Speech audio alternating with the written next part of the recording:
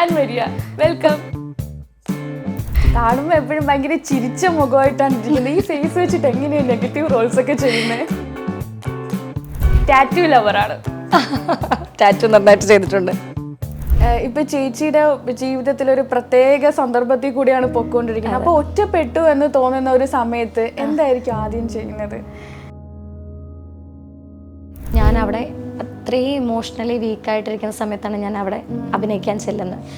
അവിടെ ഞാൻ തലകറങ്ങി വീണിട്ടുണ്ട്, ഞാൻ കരഞ്ഞിട്ടുണ്ട്, ഞാൻ ബോധം കെട്ട് തലകറങ്ങി വീണിട്ട് എനിക്ക് അഭിനയിക്കാൻ പറ്റാത്ത സിറ്റുവേഷൻസ് വന്നിട്ടുണ്ട്. ഞാൻ ഇതിനു മുമ്പ് എൻ്റെ ഫസ്റ്റ് മാരേജ് കഴിഞ്ഞിട്ട് സെപ്പറേറ്റഡ് ആയിട്ട് ഞാൻ 8 വർഷം സിംഗിൾ മദറായിട്ട് ഞാൻ ജീവിച്ച ഒരാളാണ്. എൻ്റെ ലൈഫിലും പല കാര്യങ്ങളും സംഭവിച്ചിട്ടുണ്ടാവും. എന്നും പറഞ്ഞുകൊണ്ട് ഞാൻ പുണ്യവതിയാണെന്നൊന്നും ഞാൻ പറയത്തില്ല. എൻ്റെ ആദ്യത്തെ ലൈഫ് എന്ന് പറയുമ്പോഴത്തേക്കും എന്താ പറയുക, നമ്മൾ ഈ ഒത്തിരി ബോൾഡ് എട്ടും പൊട്ടം തിരിയാതെ നമ്മൾ 20ാമത്തെ വയസ്സിൽ കല്യാണം കഴിഞ്ഞു. 20ാമത്തെ വയസ്സിൽ 20 കഴിഞ്ഞ് ജസ്റ്റ് 20 സ്റ്റാർട്ട് ചെയ്തപ്പോൾ കല്യാണം കഴിഞ്ഞു.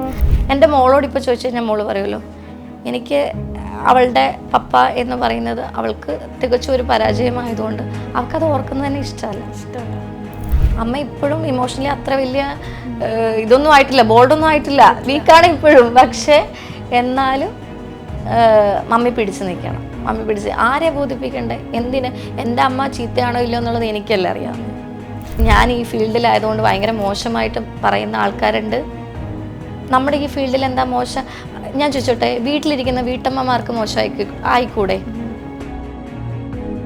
ഒരു പ്രത്യേക ഒരു ഇൻസിഡൻ്റ് ഉണ്ട്, എനിക്കത് പറയാൻ പറ്റില്ല. പക്ഷേ ആ ഇൻസിഡൻറ്റിൽ എൻ്റെ അപ്പൻ എൻ്റെ മനസ്സിൽ മരിച്ചു. കഴിഞ്ഞ ദിവസം ഒരു കമൻറ്റ് വന്നപ്പോഴത്തേക്കും എന്താ റിംഗ് മാസ്റ്ററിലെ ഡയാനയാണ് ഞാൻ. എനിക്ക് വന്നൊരു കമൻറ്റാണ് പറഞ്ഞത്. അത് പറഞ്ഞപ്പം എനിക്കുണ്ടായ എൻ്റെ ഒരു വിഷമം എന്ന് പറഞ്ഞു കഴിഞ്ഞാൽ,